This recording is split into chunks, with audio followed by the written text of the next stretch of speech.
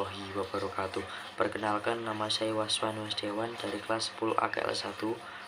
Kali ini saya akan menerangkan materi tentang yang pertama adalah interaksi sosial, yang kedua adalah komunikasi sosial, yang ketiga adalah sosialisasi sosial, yang keempat adalah institusi sosial, yang kelima adalah dinamika sosial. Pertama-tama saya akan membahas tentang interaksi sosial. 1. Definisi. Secara umum, definisi dari interaksi sosial adalah hubungan timbal balik antara individu maupun kelompok untuk menjalin hubungan yang diterapkan dalam kehidupan bermasyarakat. Menurut para ahli. A. Gilin.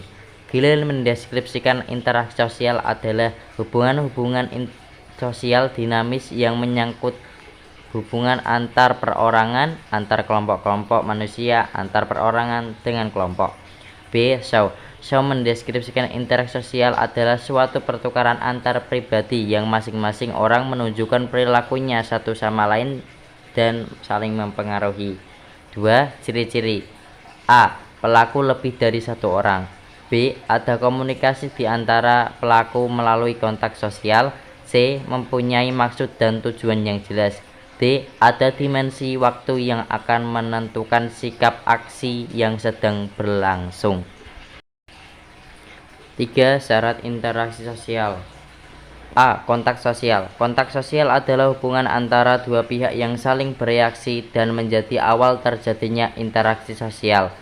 Dapat terjadi melalui A. Kontak sosial secara langsung, B. Kontak sosial secara tidak langsung atau melalui perantara.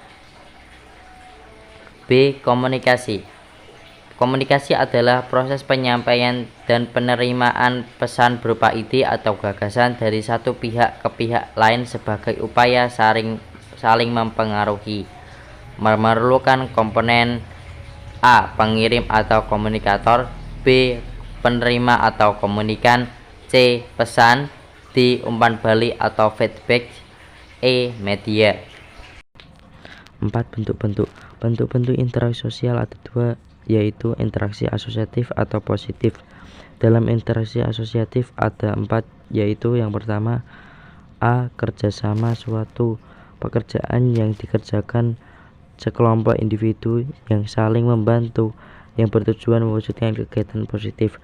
B. Akomodasi.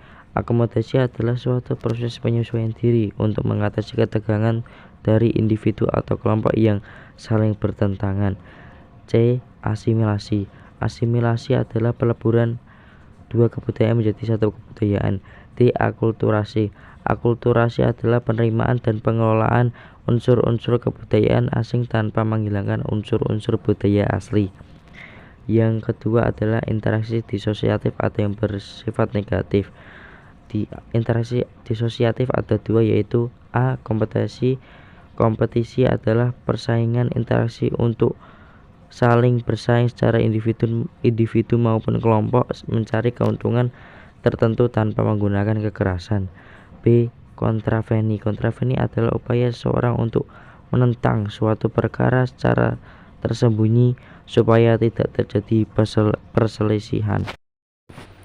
Yang kelima adalah jenis interaksi sosial. Jenis interaksi sosial dibedakan menjadi 3, yaitu 1. Individu dengan individu, 2. Kelompok dengan kelompok, 3. Individu dengan kelompok.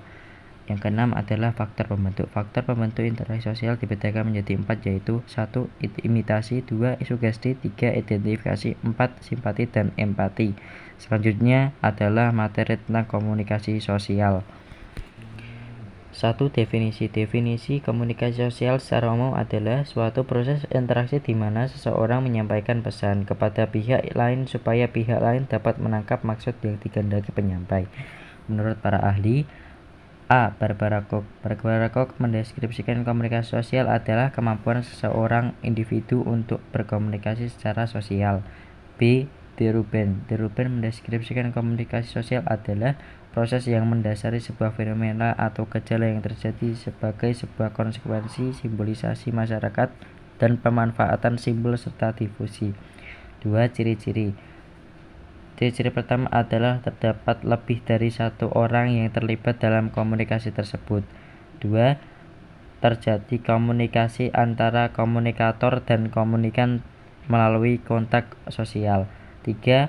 Memiliki sebuah maksud dan tujuan yang telah ditentukan secara jelas. 4. Adanya sebuah dimensi waktu baik masa lalu, masa kini, hingga masa yang akan datang. 3. Jenis komunikasi sosial. Jenis komunikasi sosial ada dua, yaitu A. Komunikasi langsung.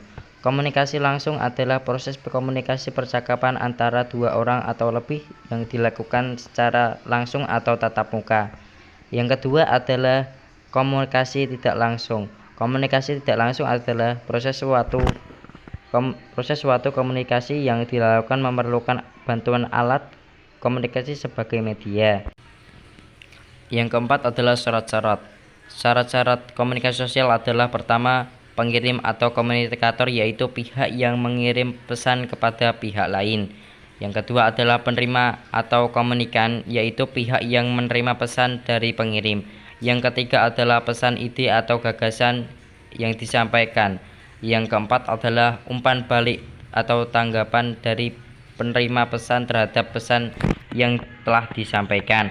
Yang kelima adalah media. Media yaitu alat yang digunakan menyampaikan pesan, contohnya handphone, WhatsApp, Telegram, DM Instagram, dan juga lain-lain. Kita masuk yang kelima, yaitu tujuan.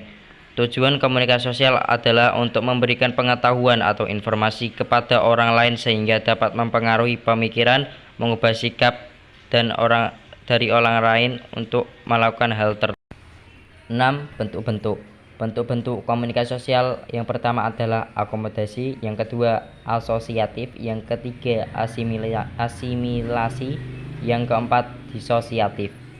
Yang ketujuh adalah faktor. Faktor komunikasi sosial yaitu: yang pertama pengetahuan, 2 peran dan hubungan, 3 lingkungan, 4 emosi, 5 kondisi fisik, 6 jenis kelamin. Materi selanjutnya adalah sosialisasi sosial. Yang pertama adalah definisi. Secara umum, definisi sosialisasi sosial adalah suatu proses interaksi dan pembelajaran yang dilakukan seorang manusia sejak lahir hingga akhir hayat di dalam suatu budaya masyarakat. Untuk menurut para ahli, saya ada dua, yaitu Peter L. Berger. Peter L. Berger ini berpendapat sosialisasi sosial adalah proses belajar seorang anak untuk menjadi anggota yang dapat berpartisipasi di dalam kehidupan masyarakat. Yang kedua adalah Profesor Dr. Nesuation S. Beliau berpendapat sosialisasi sosial adalah proses membimbing individu ke dunia dalam sosial sebagai warga masyarakat yang dewasa. 2. Jenis-jenis sosialisasi sosial ada dua, yaitu yang pertama sosialisasi primer. Sosialisasi primer adalah sosialisasi pertama yang dijalani individu semasa kecil dengan belajar menjadi anggota masyarakat. Yang kedua adalah sosialisasi sekunder. Sosialisasi sekunder adalah suatu proses sosialisasi lanjutan setelah sosialisasi primer yang memperkenalkan individu ke dalam kelompok tertentu dalam masyarakat. Yang ketiga adalah syarat-syarat. Syarat-syarat sosialisasi sosial adalah yang pertama adalah apa yang disosialisasikan adalah sebuah informasi yang diberikan kepada masyarakat berupa nilai, norma, dan peran. Yang kedua adalah menjelaskan cara mensosialisasikan dengan melibatkan proses pembelajaran. Yang ketiga, siapa aja yang mensosialisasikan. Pihak yang mensosialisasikan bisa jadi adalah institusi, media, massa, individu, dan kelompok. 4. Fungsi. 1. Membentuk pola perilaku individu berdasarkan kaidah nilai dan norma yang berlaku dalam masyarakat. 2. Menjaga keteraturan dalam masyarakat. 3. Menjaga integritas masyarakat. Yang kelima, tahap-tahap sosialisasi sosial. A. Tahap persiapan atau preparatory stage. 2. Tahap meniru atau play stage. 3. Tahap siap bertindak atau game stage. Yang keempat adalah tahap penerimaan norma kolektif atau generalized orders. Materi yang terakhir adalah institusi sosial. Institusi sosial yang pertama adalah definisi. Definisi secara umum, institusi sosial adalah sistem dari proses sosial yang menyatukan antara tata kelakuan dan hubungan sosial yang terpusat pada aktivitas yang bertujuan untuk memenuhi kebutuhan hidup masyarakat sebagai makhluk sosial atau makhluk ekonomi. Menurut para ahli, Judson Erlandis adalah sebagai norma-norma, aturan-aturan, dan pola-pola organisasi yang dikembangkan di sekitar kebutuhan-kebutuhan atau masalah-masalah pokok yang terkait dengan pengalaman masyarakat. Yang kedua, Surjono Sukanto adalah sistem sosial yang diciptakan melalui adat istiadat dan disesuaikan pada setiap daerah yang berfungsi untuk mengatur pola maupun serangkaian tata cara agar tercipta suatu hubungan bermasyarakat yang memiliki satu tujuan utama. Dua ciri-ciri. Ciri-ciri yang pertama adalah memiliki simbol atau lambing. Dua, memiliki tujuan tertentu. Tiga, memiliki pola perilaku. Empat, memiliki kekekalan tertentu. 5. Memiliki suatu tradisi baik secara tertulis maupun non tertulis. 3. Syarat institusi sosial yang pertama adalah suatu tata kelakuan baku yang bisa berupa norma-norma dan adat istiadat yang hidup dalam ingatan maupun tertulis. Yang kedua, kelompok seseorang yang melakukan aktivitas bersama dan saling berhubungan. Selanjutnya adalah fungsi. Fungsi institusi sosial ada dua, yaitu fungsi manifest dan fungsi latent. Fungsi manifest adalah fungsi yang disadari dan menjadi harapan bagi masyarakat. Sedangkan fungsi latent adalah fungsi yang tidak disadari dan bukan menjadi tujuan utama, fungsi yang ada tetapi tidak tampak dan tidak diharapkan banyak orang. Selanjutnya adalah jenis institusi sosial adalah yang pertama lembaga keluarga, kedua lembaga pendidikan, tiga lembaga ekonomi, 4 lembaga agama. Selanjutnya adalah faktor institusi sosial adalah prinsip partisipatif, difusi dan inovasi, dan pemberdayaan. Materi terakhir adalah dinamika sosial. 1. Definisi. Secara umum, dinamika sosial adalah perubahan sosial yang terjadi akibat adanya interaksi dalam dua orang atau lebih individu dalam suatu masyarakat yang memiliki hubungan psikologis secara jelas dalam situasi yang dialami. Menurut para ahli, A. Kingsley Davis menjelaskan dinamika sosial adalah sebagai bentuk perubahan yang dapat ditandai adanya perubahan di lapisan struktur dan fungsi masyarakat. B. William V. Orbun. Dia berpendapat perubahan sosial yang meliputi unsur kebudayaan baik bersifat material maupun imaterial.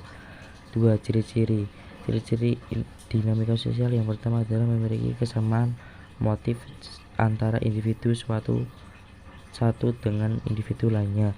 B. Munculnya dampak-dampak interaksi norma berlandaskan. C. Norma berlandaskan. D. Adanya penciptaan tatanan maupun kelompok sosial. Yang ketiga adalah jenis-jenis dinamika sosial ada 4. Yang pertama adalah penyimpangan sosial. Penyimpangan sosial adalah perilaku yang keluar dari norma dan nilai. B. Perubahan sosial. Perubahan sosial adalah apabila terjadi pergeseran nilai pola normal. 3. Pengendalian sosial. Pengendali sosial adalah mengendalikan konflik dan permasalahan yang berkaitan. D. Atau yang terakhir adalah mobilitas sosial. Mobilitas sosial adalah fenomena yang terjadi pada individu berpindah kelas sosial. 4. Syarat dinamika sosial adalah terjadi jika ada interaksi sosial, kelompok sosial, dan kelas sosial dalam suatu masyarakat, dan dengan dorongan imitasi, sugesti, identifikasi, dan empati. Yang kelima adalah fungsi. Fungsi dinamika sosial adalah A. Mengatasi persoalan hidup dengan kerjasama yang saling menguntungkan, B. Mempermudah pekerjaan, C. Mengurangi beban pekerjaan, D. Terciptanya iklim demokratis dalam kehidupan masyarakat.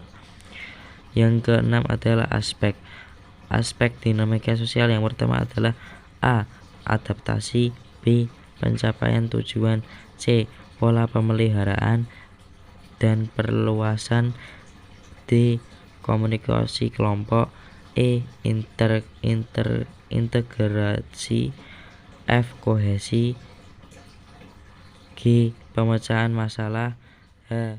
Konflik antar